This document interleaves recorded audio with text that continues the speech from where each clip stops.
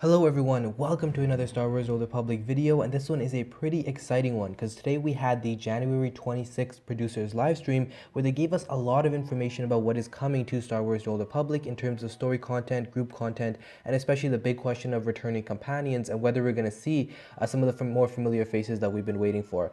And so it was a long 40-minute live stream. I'm going to try to condense all that information into just under 5 minutes. I'll do my best. So let's get right into it. So all these changes are going to be coming with Game Update 5.2, which is set to be released sometime at the end of March, but at the latest, it will be sometime around early April. So you can expect all this new stuff to be added to the game by then.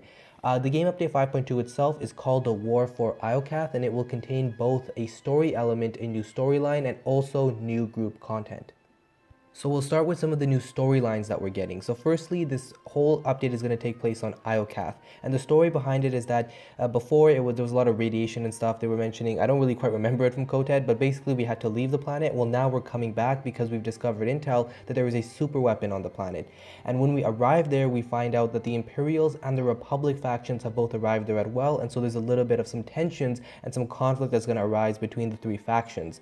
And essentially you get to choose an ally right off the bat. So you choose whether you're going to join the Empire or whether you're going to join the Republic, and that has nothing to do with your current faction. So if you're an Imperial, you're Sith Juggernaut or whatever, you don't have to side with the Imperials. You could side with the Republic side. However, it's going to greatly affect which companion you get. It's also going to affect how other companions interact with you in the future.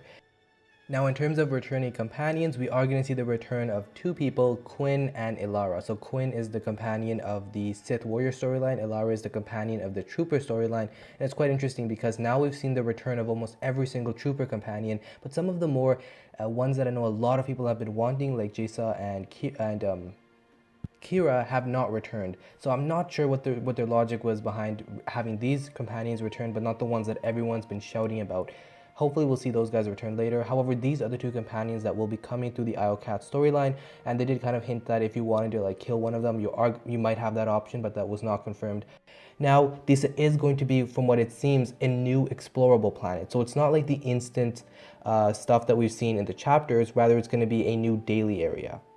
So you can come back and keep coming back for repeatable content. Now, if you guys want to imagine what that would be like, just think Shadow of Revan. It's basically the exact same thing. With Shadow of Revan, we had one single storyline that we played through on Rishi and Yavin 4, and then those missions that we did for that storyline were able to be repeated as dailies. And it's going to work the exact same way.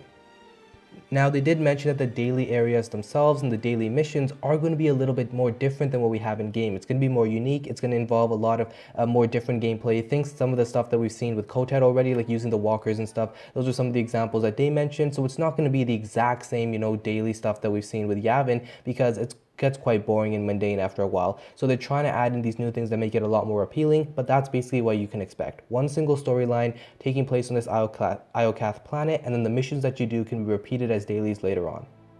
Now, similar to Shadow of Revan, they've said that the last mission of Iokath is going to be a new operation. However, there are some qualms with this.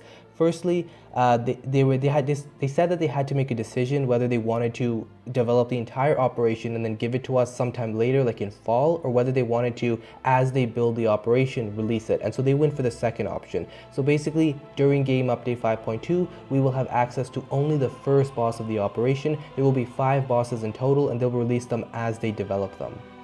They have given us information in terms of who the first boss is. It's going to be Tyth. And for those of you who don't know the lore, that is the god of rage in the Zakulan pantheon. So there's going to be a lot of mechanics that they mentioned associated with controlling his rage, and when it's maybe strategic to let him get full of rage, or when you have to maybe interrupt his abilities, something like that. I don't know. I haven't fought many boss fights, to be honest, but it does look like a really cool boss, and it's really awesome that they're incorporating some of that Zakulan lore that is pretty rich. There's a lot of information about that, and I was waiting for them to incorporate it somehow into the Kotet chapters. They didn't end up doing that, but what they did say is now they're doing it with these operations, and we can expect more of these kind of godlike figures to appear as bosses for this operation. It is also going to play an important part of the Iokath storyline. So they said that you're probably going to want to do this operation if you want to get a full grasp of the new story. And it's pretty cool to see that they're incorporating these guys, because I would assume that they play a pretty big role in the overall Zakuul storyline.